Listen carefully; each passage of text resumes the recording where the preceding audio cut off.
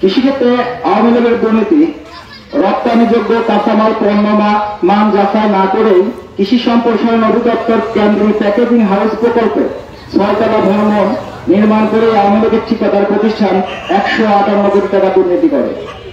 একটা ভবন নির্মাণ করতে যায় 58 কোটি টাকা আগেই দুর্নীতি করে নেয়। কৃষি মন্ত্রণালয় থেকে জেলা পর্যায়ে সুবিধা বঞ্চিত কৃষকদের বিনামূল্যে ধানের চারা রোপণের রাইস ট্রান্সফার, কম্বাইন্ড হারভেস্টর, বালাইনাশক সার ইত্যাদিতে কৃষকদের প্রণোদনা দেওয়া হয়। কিন্তু গত 15 বছরে আওয়ামী লীগের নেতাকর্মী জাতির সত্যিকারের কৃষকরা এই সুবিধা থেকে বারবার বঞ্চিত হয়েছে। ফলে এই খাত থেকে লক্ষ লক্ষ কোটি কোটি টাকা আর্থিক দুর্নীতি সাধিত হয়েছে। আপনারা জানেন কেন এই কথাটা বলা হয়েছে? আওয়ামী লীগের নামধারী কিছু নেতা প্রকৃত কৃষকের নামে অনেক সার বীজ তুলে তারা নিজেরাই সারের দোকানিরা বিক্রি করছে, আর্থিকভাবে তারাই লাভবান হয়েছে। কিন্তু প্রকৃত কৃষক তারা তাদের মূল যে বিষয়টা চাওয়া পাওয়াটা তারা পূরণ করতে পারেন না। খামার যান্ত্রিক প্রকল্প, এই প্রকল্পের কারিগরি কমিটির পরামর্শ মোতাবেক উপেক্ষা করে মূল্যে যন্ত্রপাতি কেনা বাছাই না করে হয়েছে কম অশ্বশক্তি কৃষি যন্ত্রপাতি কেনা, নাম সর্বত্র সরবরাহকারী প্রতিষ্ঠানের নিকট থেকে নিম্নমানের যন্ত্র সংগ্রহ করে কৃষকদের থেকে অতিরিক্ত অর্থ আদায় করে এই প্রকল্পের শত শত কোটি টাকা লুটপাট করা হয়েছে। আপনাদের মাঝে মাঝে মাঝে পাওয়ার টিলার দেওয়া হয়, কৃষি যন্ত্রপাতি দেওয়া হয়, সেগুলো দুর্বল, অনেক দুর্বল, অথচ বিদেশের স্টিকার লাগিয়ে দেশি প্রোডাক্ট দেওয়া হয়। কিছুদিন চালানোর পরে সেগুলো অকেন্দ্র হয়ে পড়ে থাকে।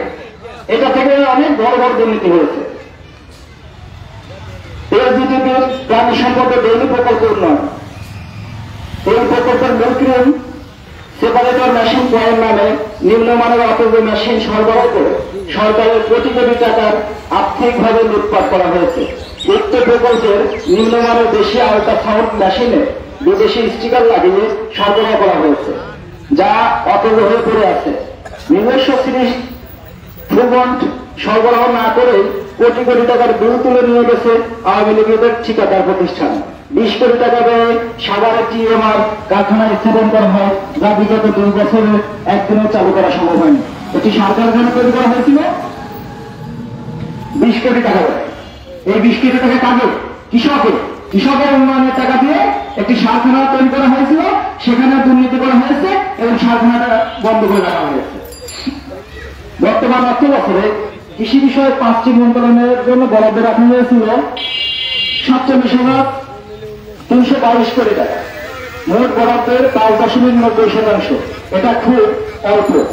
অথচ 2011 থেকে 12 সাল উক্ত খাতে বরাদ্দ ছিল 10.65%। 2023-24 অর্থ বছরে সংশোধিত বাজেটের কৃষি খাতে ভর্তুকির পরিমাণ ছিল 2,500 কোটি টাকা। বর্তমান অর্থ বছরে ভর্তুকির পরিমাণ 17,261 কোটি টাকা, যা আগের বছরের তুলনায় 8,389 কোটি টাকা কম। যতদিন যাচ্ছে তত কৃষকের আরো ক্ষতি করার চিন্তা ভাবনা করছে।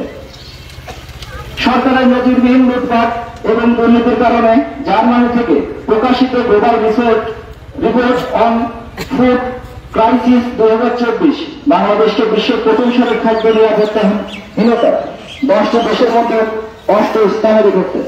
সরকারি প্রতিষ্ঠান বাংলাদেশ পরিসংখ্যান বোর্ডের তথ্য অনুযায়ী দেশের প্রায় 22% মানুষ খাদ্য নিরাপত্তার অভাব রয়েছে। বাংলাদেশের সেচ যন্ত্রের প্রায় 80% ডিজেল চালিত, বাকি 20% বিদ্যুৎ চালিত। 2020 সালে আওয়ামী লীগের সরকার ডিজেলের দাম বাড়ায় 42% এবং বিদ্যুতের দাম বাড়ায় 2022 সালে 19%। 2023 সালে দাম বাড়ায় 15%। ফলে বোরো ধানের বিঘা প্রতি কৃষকের উৎপাদন খরচ বেড়ে 1 থেকে 1,500 টাকা। একই সাথে ইউরিয়া, টিএসপি, এমওপি, ডিএমপি 4টি সারের কেজি প্রতি 5 টাকা বৃদ্ধি করায় বিঘা প্রতি উৎপাদন খরচ বাড়ে 850 টাকা। 2022 সালে সেতুর পানি না পেয়ে রাজশাহীতে রবি ও অভিনাথ মারান্তে আত্মহত্যা করেন। শেষ পানি স্থাপনের স্থানীয় আওয়ামী লীগের নিজ ফসলের জমিতে ফাঁসির মঞ্চ বানিয়ে আত্মহত্যা করেন শেরপুরের লালিতাবাড়ির শফিউদ্দিন। আমরা যে তথ্যগুলো দিচ্ছি আমরা একটু মনে করতে শোনেন। আওয়ামী লীগের আমলে আমরা কম টাকায় বীজ কিনে কৃষকদের মধ্যে বিতরণ করা হয়েছে। যে বীজগুলো ছিল সীমিত, তবুও দিয়েছে, কিন্তু ভালো বীজ দেয় নাই, সার দেয় নাই। দিয়েছে কে পেয়েছে? আওয়ামী লীগের কিছু দুর্নীতিবাজ লোক পেয়েছে। প্রকৃত কৃষকদের মাঝে আমরা চাচ্ছি যাতে এলাকার প্রকৃত কৃষকরা সঠিকভাবে বীজ, সার, সরকারভাবে কোনো না কোনো কিছু আসে, সেগুলো আপনারা সঠিকভাবে বিতরণ পাবেন। এলাকার ভালো কৃষকরা ভালো বীজ পাবেন, সার পাবেন, উন্নয়ন হবে, এটাই আমাদের চাওয়া পাওয়া।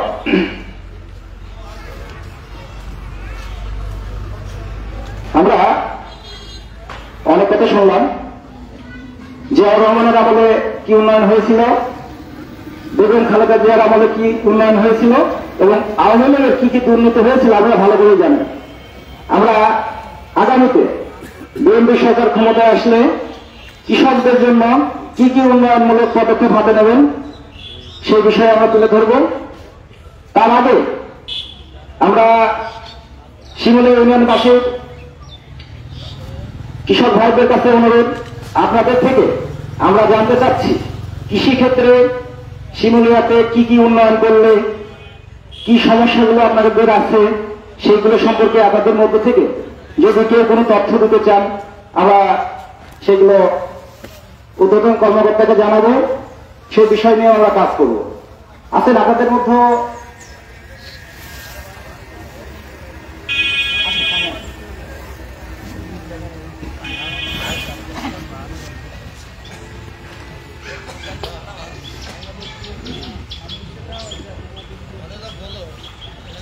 মোহাম্মদ শামীম রাজা ভাই কৃষি বিষয়ে কিছু কথা বলবেন।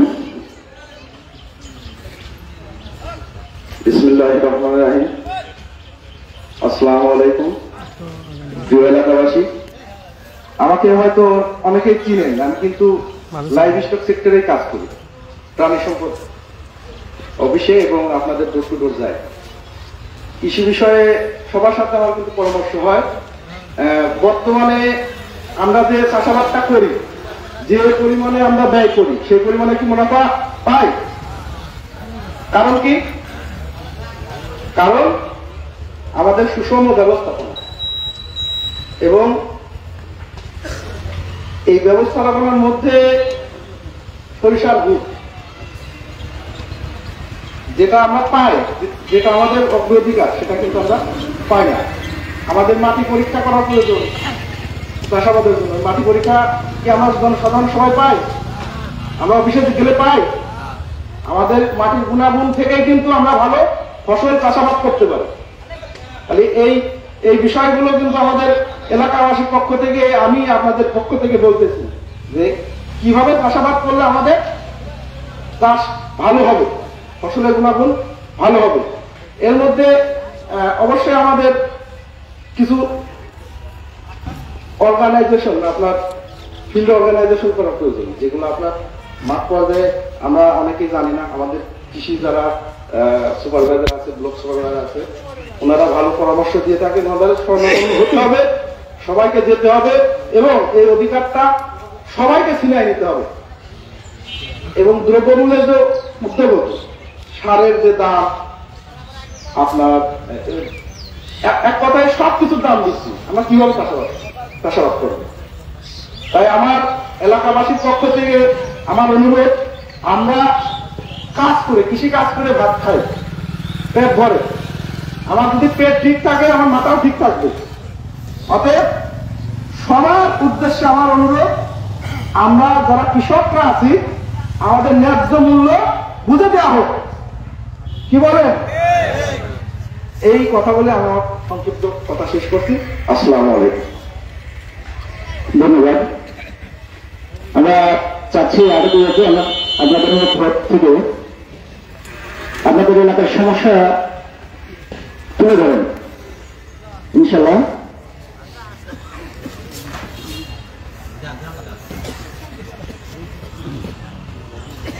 শাহজাহান ভাই কিছু কথা বলবেন, আমরা ধৈর্য সহকারে শুনি। আসসালামু আলাইকুম। কৃষক ভাইকে বলে চাওয়া যে আমার আগে যেমন বললো মাটি পরীক্ষার কুষ্টিয়াতে বিএডিসি অফিস, এটা কৃষি অফিস করে না, বিএডিসি অফিস থেকে আমাদের যে চাওয়া কৃষক ভাই ব্লক সুপারভাইজার, ফিল্ডম্যান, অ্যাসিস্ট্যান্ট যারা আছে সবাই মাঠে যে কৃষকের পাশে দাঁড়ায় ফসল কিভাবে উৎপাদন করবে, কিভাবে সার দেবে, কিভাবে বীজ বপন করবে, কিভাবে রোপণ করলে ভালো হয়, এগুলো সুপারভাইজাররা মাঠে আসে না। যাতে ভালো সম্পর্ক তারাই সেই সাহায্যটা পায়, কিন্তু কৃষক পেয়ে থাকে না।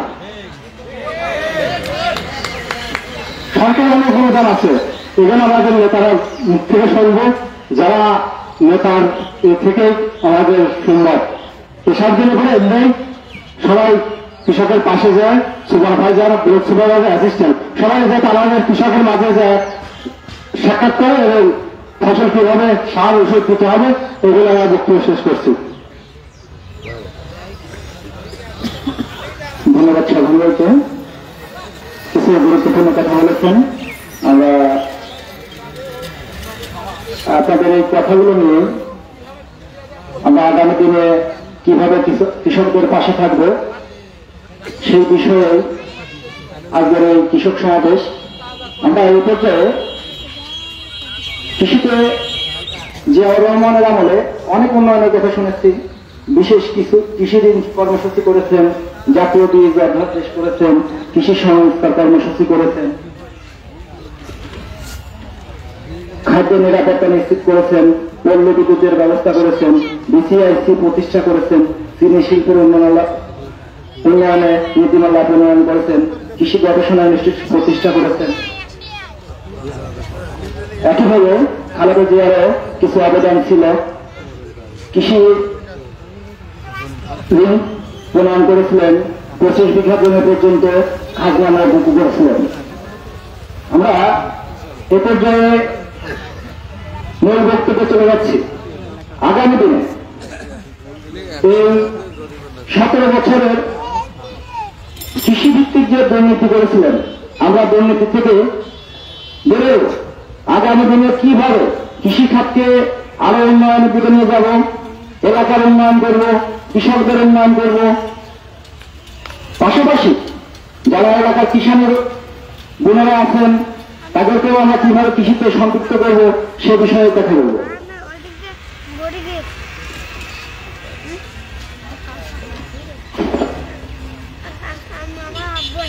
বিএনপি আগামীতে সরকার গঠন করলে কৃষকদের জন্য নিম্নলিখিত কর্মসূচি বাস্তবায়ন করার উদ্যোগ গ্রহণ করবে। কৃষি উৎপাদিত ফসলের ন্যায্য মূল্য নিশ্চিতের জন্য ইউনিয়ন পর্যায়ে সরকারিভাবে ক্রয় কেন্দ্র স্থাপনের উদ্যোগ বিশেষভাবে গ্রহণ করা হবে। কৃষি উৎপাদন তো হয়, কৃষিতে কিছু না কিছু উৎপাদন হয়, কিন্তু ক্রয় কেন্দ্র আপনারা যখন উৎপাদন করার পরে ফলন ঘরে তোলেন তখন কোথায় বিক্রি করবেন? একটি ক্রয় কেন্দ্র থাকলে ন্যায্য মূল্যে সেখানে ফসলগুলো বিক্রি করতে পারবেন। কৃষকের জন্য শস্য বীমা চালু করা হবে, সেখানে একটা সুবিধা আছে। সুবিধাটা কি? আপনারা অনেক সময় যখন মাঠে ঠিক বীজ বপনের আগে অনেক কৃষক আছেন, গরিব কৃষক যারা আর্থিকভাবে দুর্বল, তারা এই শস্য বীমাটা তাদের আওতায় নিয়ে আসা হবে।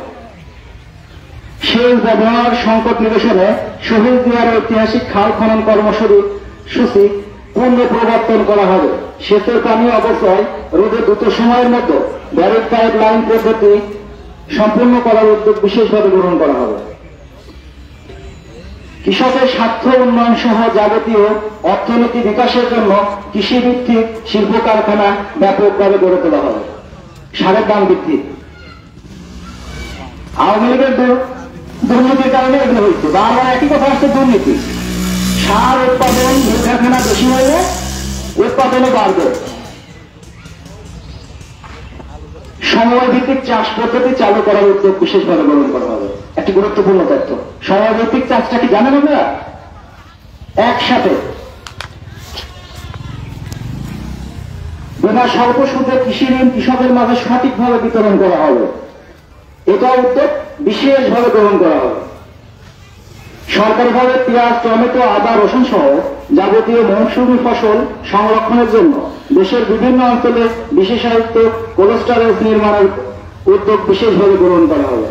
আমরা কাঁচা শাক সবজি বিভিন্ন সময় আমরা ফসলের জমিতে অনেক বিঘা বিঘা জমিতে ফসল থেকে যায়, কিন্তু দাম খুব সীমিত। আমরা যদি কোল্ড স্টোরে রেখে কিছুদিন রেখে সেগুলো পর্যায়ক্রমে বিক্রি করতে পারি তাহলে ভালো লাভ পাবো। সহজে পারিবারিক কৃষি চর্চা কর্মসূচির কার্যকরভাবে করার উদ্যোগ গ্রহণ করা হবে, অর্থাৎ স্ব-সহায়তায় কৃষি চাষে উদ্বুদ্ধ করা হবে। বিশেষ করে মহিলাদের এই কাজে উৎসাহিত করা হবে। কৃষকদের মাঝে স্বল্প মূল্য গুণগত মানসম্পন্ন বীজ বিতরণের লক্ষ্যে দেশের বিভিন্ন অঞ্চলে বীজ উৎপাদন প্রক্রিয়াজাতকরণ কেন্দ্র স্থাপন করা হবে। স্থায়ীভাবে বীজ সমস্যা সমাধানের লক্ষ্যে কেন্দ্রে বীজ উৎপাদন, বিতরণ ও বিপণন কর্তৃপক্ষ গঠন করে কৃষি বীজ ব্যাংক তৈরি করার উদ্যোগ বিশেষভাবে গ্রহণ করা হবে। জাতীয় কৃষি বাজেটের কৃষিতে মোট জিডিপির 7% বরাদ্দ দেওয়া হবে, বিশেষভাবে এটাও বিবেচনা করা হবে। প্রান্তিক কৃষকের কৃষি শিক্ষা চালু করার উদ্যোগ বিশেষভাবে গ্রহণ করা হবে। কৃষিক্ষেত্রে অনেক সময় দেখা যায় আমরা অনেকেই আছি, একজন কৃষক, আমরা ওষুধের দোকানে যাচ্ছি, একজন ভালো কৃষকের কাছে যাচ্ছি, উপসহকারী কৃষি কর্মকর্তার কাছে যাচ্ছি যে ভাই কোন রোগের জন্য কোন ওষুধটা দেব, সে বিষয়ে আপনাদের প্রাথমিক একটা ধারণা দেওয়া হবে। শস্য মারাইয়ের জন্য একটি গুরুত্বপূর্ণ বিষয়, শস্য মারাইয়ের জন্য স্থানীয় খাস জমিগুলো শস্য মারাইয়ের উপযোগী করে তুলে প্রকৃত ক্ষুদ্র মাঝারি কৃষকের মাঝে বরাদ্দ দেওয়ার উদ্যোগ গ্রহণ করা হবে। একটা মাঠের যখন চাষ করি তখন অনেক ফসল ফলে, আমরা অনেক সময় নিজ নিজ জায়গায় নিয়ে এসে আমরা সেগুলো মারাই করি, কিন্তু একটা মাঠের যদি নির্দিষ্ট একটা জায়গা থাকে সেই জায়গা মারাইয়ের জন্য উপযুক্ত করে আপনাদের মধ্যে সেগুলো বরাদ্দ দেওয়া হবে, সেটা খাস জমিতে। বিশেষ করে মহিলা কৃষক ও মহিলা কৃষি শ্রমিকদের উৎসাহিত করে কৃষিতে মহিলাদের অংশগ্রহণ করার উদ্যোগ বিশেষভাবে গ্রহণ করা হবে। মহিলারা কৃষিক্ষেত্রে অনেক অবদান রাখেন। তারেক রহমান সাহেবের কৃষি নিয়ে যে চিন্তা ভাবনা, প্রতিটি কৃষক যাতে আগামী দিনে উন্নয়নের দিক থেকে শীর্ষে যেতে পারেন, কৃষকদের নিয়ে যে স্বপ্ন জিয়া রহমান সাহেব দেখেছিলেন, বেগম খালেদা জিয়া দেখেছিলেন, ঠিক একইভাবে তার পুত্র তারেক রহমান সাহেব এই কৃষকদের পাশে, বিশেষ করে কৃষকদের পাশে যে উদ্যোগগুলো নিয়ে আসছেন, আমরা আগামী দিনে তারেক রহমানের হাতকে শক্তিশালী করবেন। কৃষি নিয়ে তার চিন্তা ভাবনা